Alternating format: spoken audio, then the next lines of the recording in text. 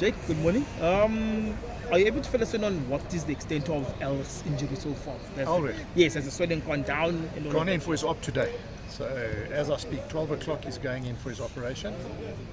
Specialist is very, very confident that he can sort it out, which is good news. I mean, obviously it's a massive operation, and but I spoke to Akker. Apparently he went through the same thing. Yeah. In fact, his was worse. He broke his leg as well. So, and I mean, look at Akker. Akker's still playing and still running and still. So there's no reason why, with today's medical advances and everything, that, you know, as I said, that they can't get him back to normal. We won't rush it. I mean, I think it's only fair on him. We're not going to rush it. We'll give him as much time as he needs.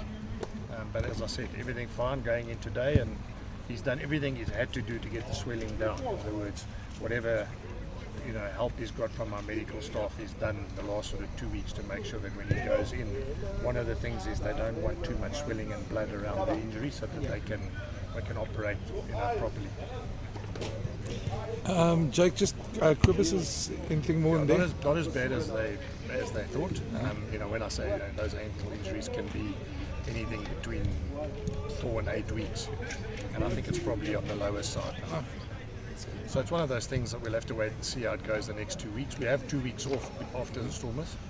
So I mean, what I'm sure about is post the Stormers and the break, he'll be back. Whether he'll be back in the next 2 weeks is obviously just depends on how quickly he heals.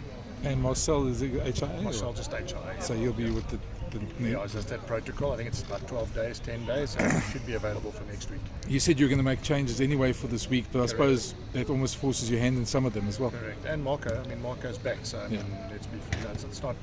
I would have had to give Marco some game time, and sometimes, as you say, you know, cards get dealt for you anyway. But I must say, I mean, Marcel played really well, and he has been playing well in the last 2-3 weeks. And let's not forget, there's another captain. So all of a sudden we've gone from, you know, Ulrich, Ruan, Nokia, and, you know, now Marcel. So I suppose everyone doesn't want me to make him captain this weekend.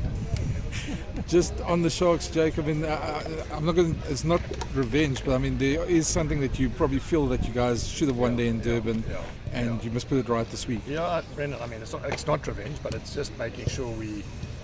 I would think we missed an opportunity there. You know, we had a chance to win that game, and if you think about it, we had one defensive mishap. They went and scored. We got a yellow card or a red card, and was it a yellow or red? I can't remember. But I mean, we got a penalty try against us, which was, you know, from a turnover ball, and we gave them 3 points in front of the Poles when we didn't fall on the ball. So it's one of those games. I think everyone in the Bulls team realizes we could have won, should have won. You know, but that's sport, so we get another crack at home, and it's a must-win for us as well, because we want to win the conference. You know, we've got to win our home games now, which are 3 big derbies. It's just the last one for me, two on the derbies now. I mean, the guys must be very confident going into this. Yeah, I mean, especially because both were away. You know, It's also, as I said to you in the previous couple of chats, is we've played, I think is it 6 away games or 7 away games now. We've won 5. We quite easily have won all 7 of those. So, you know, it's a good place to be, considering we've had a couple of injuries, considering we've had to travel, you know, and travel as in overseas as well, not just all local derby aways. So good position, but I'm also a realist in terms of we can't take that for granted. We've got to now make sure we turn that momentum into home wins. Jake, just on Saturday's 1 pointer in Cape Town, it's always a sign of good teams that they can win by one, you know, be on the winning side of those close encounters. Across the box, I did it 3 times in the World Cup. But, you know, we had so many chances to finish it off, and especially that last conversion as well. I mean, let's be fair, it would have been 8 points, and I'm almost sure that the game then would have taken a different shape. But, you know, as I said in the press conference afterwards, we got out of jail, but we found it bloody, you know, we found ways to put ourselves into the jail every time as well. Score, try and knock on the kick-off, you know, miss a kick in front of the Poles, then knock out the 22 dropout. It was almost like we were trying to, as Skulk Burger said, we tried really hard to lose that game. But, you know, you said it just now, Brendan, as well, is that we haven't beaten them consistently a long time, and we haven't beaten them there. So, I mean, you can imagine the boost it is, not only winning, but getting 5 points. When last did we score 4 tries against the Stormers? So there's a lot of positive things that came out of this weekend.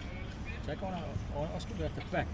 2 or 3 seasons ago, a lot of supporters said the Bulls don't have tight fast to win competitions.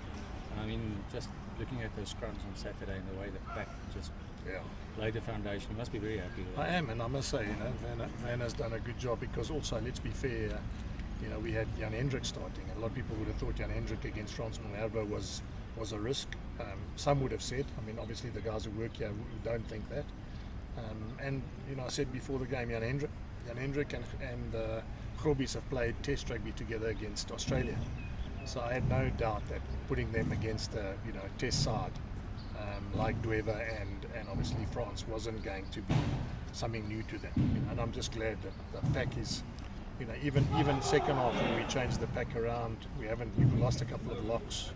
We still look like we could scrum them. So that's a big step forward from where we were. Because you're right. I mean, 3-4 years ago, people said we don't really have the pack that can dominate. I think we've got, as I speak, we've got the best scrumming stats in the competition. Penalties, for and penalties against other teams, etc., etc. I think we've got by far the best or the most successful scrum in the tournament.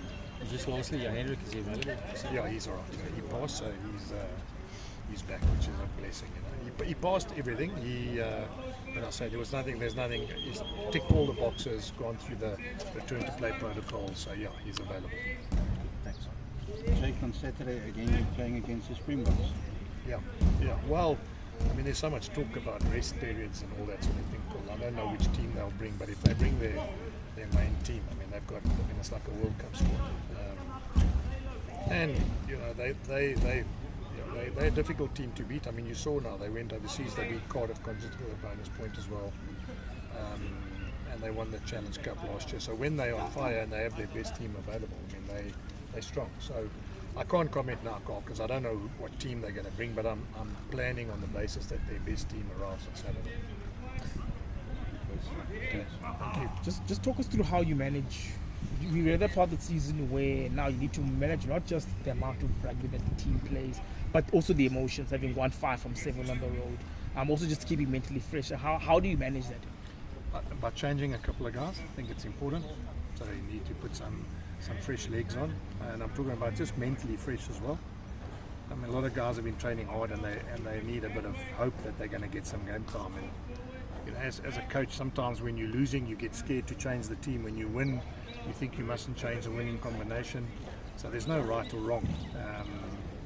So I'm going to change a couple of guys the next couple of weeks. I'm going to keep some guys that have been training well. I'm going to keep them in the mix. I'm going to give them some game time, and I'm going to make sure, because there's so many more things that can happen, both in the EPCR and obviously in the URC.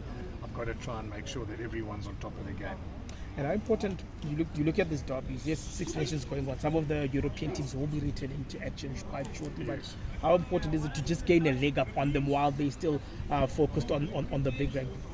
Well, it doesn't really impact us yet because we don't play any of those foreign-based teams now. We're playing each other, and so there's no 6 Nations for us. But I mean, what you want to do is you want to make sure you have your destiny in your own hands.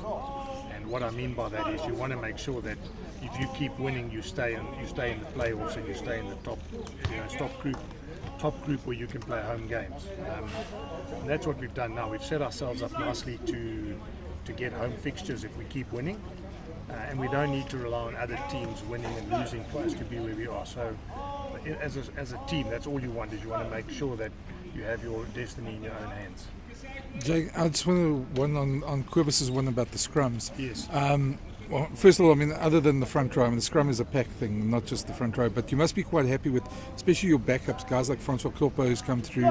The standard hasn't dropped when the benches come on. And the locks, Brendan. Yeah. I mean, to be fair, I mean, you think about it, I mean, last week we had Ruan van Mark on the bench.